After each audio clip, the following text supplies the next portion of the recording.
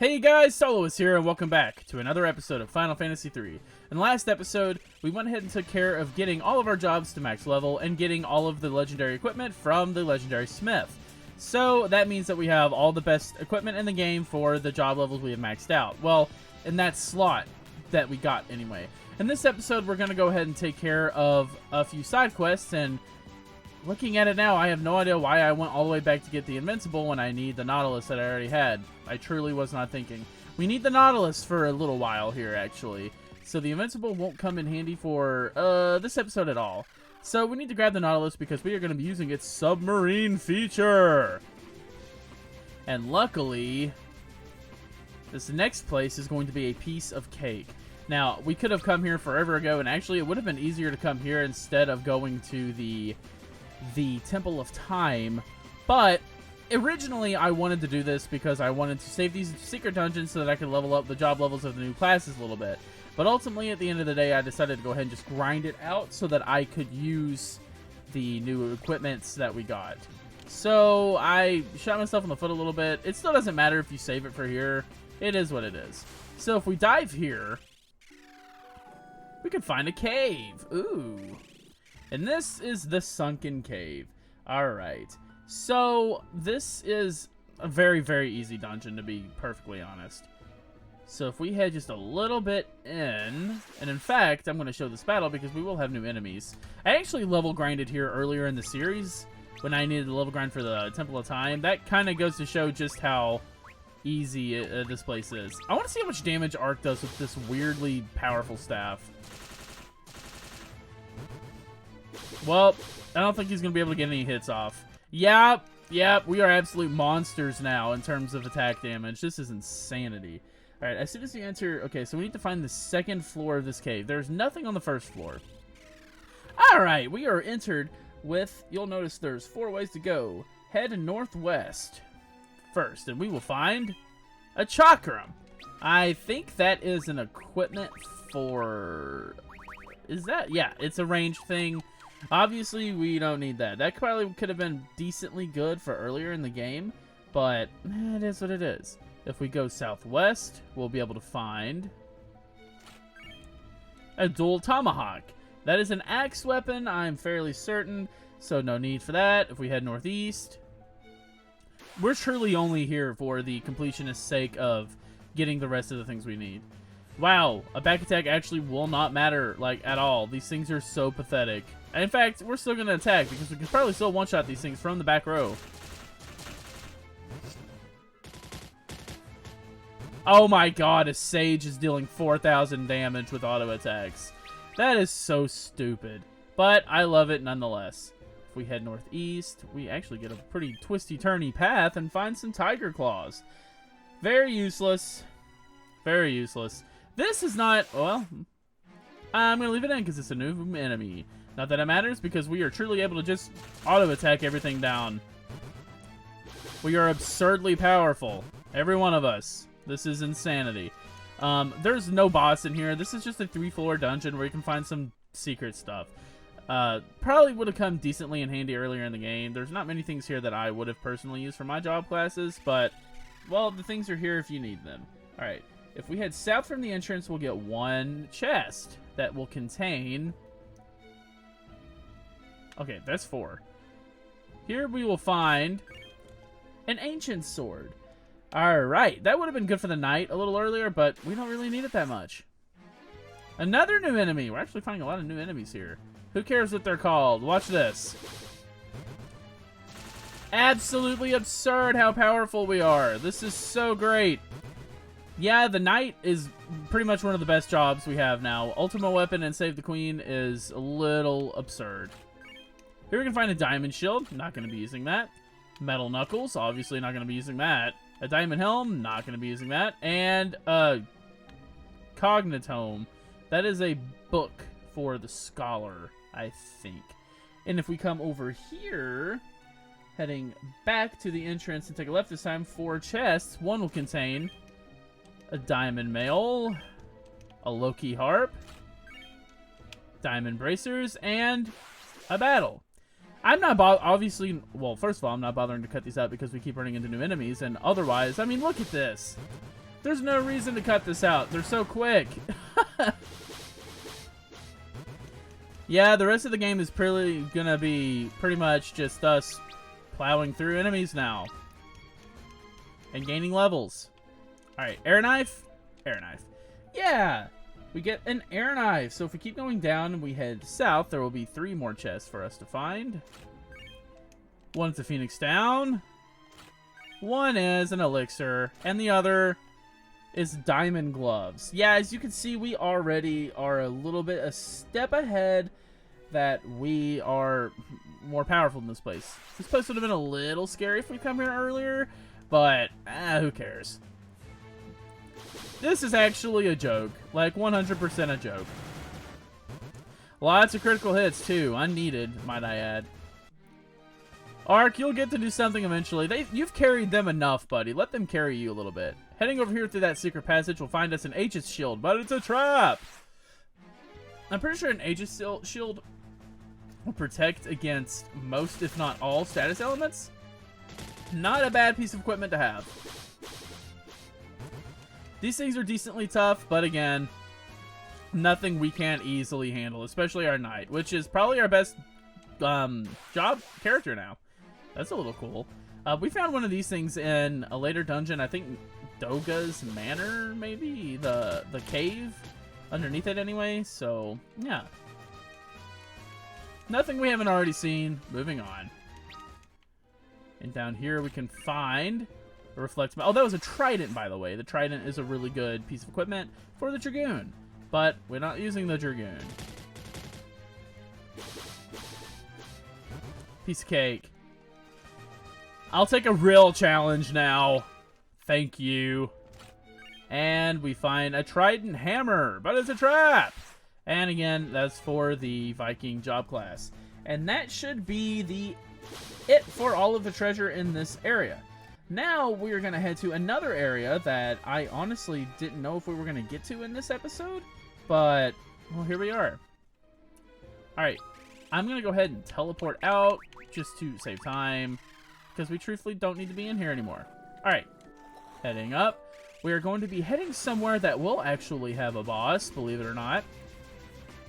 We need to go close to Saronia. Ooh.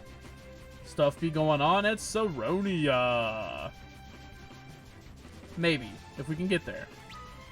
You may be fast, little Nautilus, but this be a big world full of a bunch of empty water, but, well, just go. Alright, if we dive here, we'll be able to find another cave. Ooh. Leading to the Saronia Catacombs. Alright. This crack... Okay, so there is a crack, evidently, that will lead to a lot of treasure. I don't think anything in here. But maybe up here? Right now, at the time of this recording, my internet is down, and that means the webpage that I'm using is not loading the... Well, I loaded it prior, and it's not loading the pictures that usually help me in this situation. So, yeah. It's saying, this crack leads here, but I don't know what crack. Well, luckily, these things are a joke. Even R can one-shot these. Well, with the crit, obviously, but... Yeah, we're dealing over 9,000 damage with auto attacks. Yeah, this is... If you take the time to grind out your jobs, it's pretty good. I hate the fact that you have to do it, but it's not the worst thing in the world. Alright, if we head up here, we can find treasure chests that contain... This I don't know. What is this? That's a golem staff. One of... okay, we are missing a lot of stuff. So, I'm gonna... Oh, come on. We're gonna have to go and find that stuff. Luckily, this stuff is also very pathetic. Stuff. Sorry for the mouse. I had a friggin' ad pop up. Okay. Truthfully, I don't know. We're just going to keep going and get the treasures that we see. Here we can find a rune bell. Let me scoot down a little bit. Okay, I'm back. I was an idiot. I was reading the treasure list for Saronia Castle. We've already been there. And I was like, wait a minute. This stuff sounds familiar. But yeah, we can find the 3 things we need right there to... Christ. Alright, I'm on the right track now.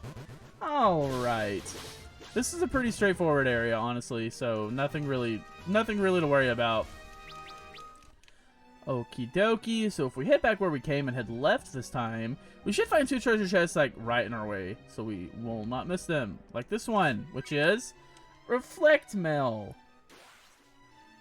And the other treasure chest should be just around the corner, game. Oh, well, thank you for at least giving us a new enemy.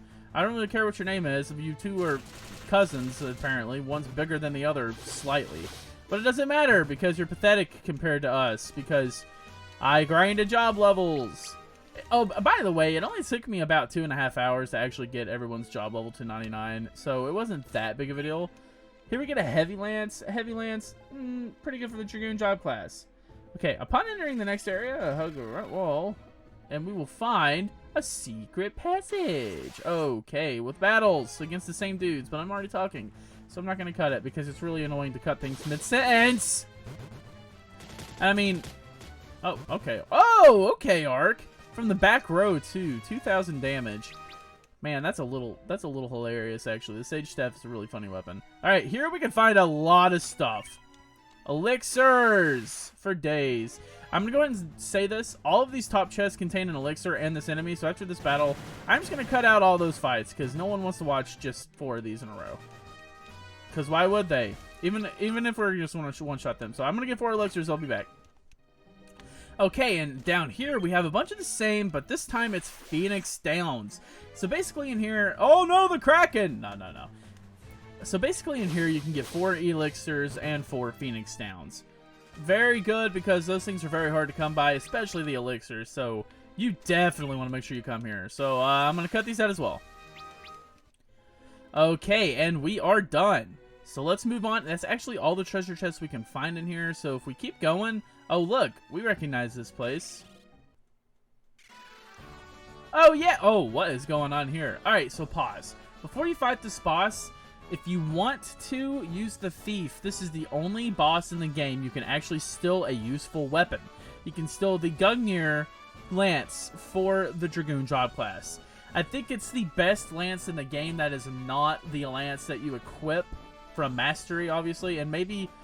There's a lance in Eureka that's better. I don't know. It's a really good lance. If you're using a Dragoon, make sure you steal that. And your Thief has to be at least level 71 before they can steal the Gungnir Spear. I'm not going to worry about it because I'm not going to use it. So, with that being said, I'm going to heal even though I'm really positive I won't need it. And we're going to go ahead and fight you. Who dares disturb my peaceful slumber? Odin attacks you! And yes, this is Odin. This is the first Final Fantasy game Odin has ever been in.